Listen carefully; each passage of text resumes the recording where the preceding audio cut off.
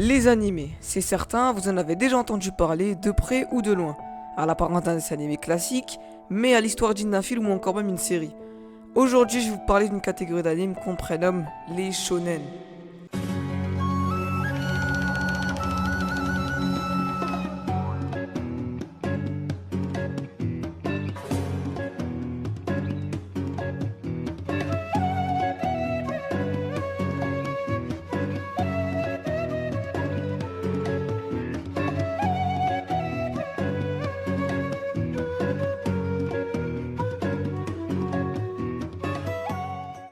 Bon, fini de rêvasser, je sais que les plans étaient incroyables, mais bon. Rappelez-vous, aujourd'hui je vous ai parlé de shonen. Au Japon, pour lancer de la propagande de cette catégorie, on a créé en 1968 le Weekly Shonen Jump. C'est un magazine qui publie chaque semaine des chapitres de grands mangas avant leur sortie en tome. C'est un peu comme une genre d'exclu. Maintenant, comme tous les milieux, il est dur de se faire une place. Et moi et mon côté visionnaire, j'ai vu le potentiel en une œuvre qui n'a toujours pas été mise en lumière par le Weekly. Aujourd'hui, je vais vous parler de Z-Crew, et plus spécifiquement de la partie 1, Battle Rebellious. Dans ce premier chapitre, on suit l'histoire d'un jeune garçon du nom de Rohan Zettai. Rohan vivait à Tomonura, un petit village qui a comme spécificité un très grand fleuve. Rohan étant enfant aimait beaucoup jouer dans le lac. Soudain, un jour, il croisa un bébé poisson à l'apparence humanoïde. Il essaiera alors de le sauver et se liera d'amitié avec. Alors que le créateur de ces créatures, j'ai nommé Kenjaku, pensait bien les avoir enfermés, un sujet réussit à s'échapper de son laboratoire. C'est Grammy, celui-là qu'on a vu au début de l'épisode. Alors qu'un sujet avertit son maître de la fuite d'un de ses semblables, Kenjaku se mit en colère et décida d'abattre le village.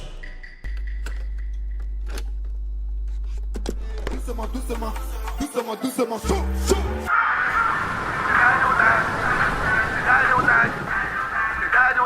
Évidemment que je suis dans la partie.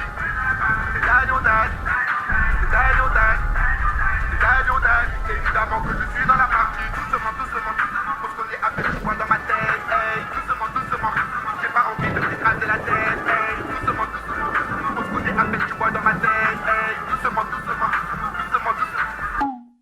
Désolé, j'avais oublié de vous dire, dans la famille Zeta, il y a une valeur très particulière. Être un insoumis. Les Zeta ne se soumettent jamais, c'est pour ça que même pendant la tempête de Kenjaku, la mère Rohan drive sur la route sur du Daddy Antaji. Un peu plus de sérieux. Kenjaku, ayant remarqué la perte d'un précieux sujet, a voulu éradiquer tout type d'espèces aux alentours, mais son plan a échoué. Le nouvel ami de Rohan lui a fait conter son histoire et les deux ensemble ont fait un plan pour sauver le reste des bébés. Rohan attire Kenjaku vers lui, le bébé va libérer ses frères, 2 enfants, du courage et un peu de culot. On y va!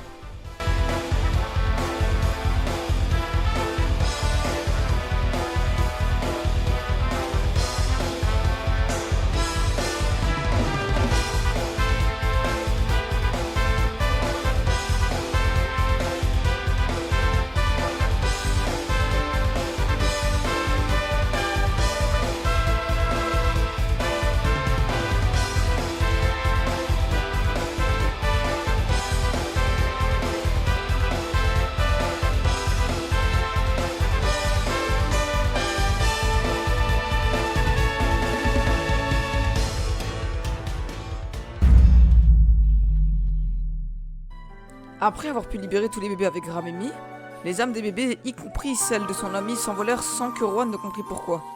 Mais avant de partir, Grammy dira à Rohan « Je veillerai toujours sur toi, je t'aime ». Voilà la fin du premier chapitre, Grammy au bord de la falaise, et on se retrouve bientôt pour les 2 prochains chapitres pour finir cette partie 1.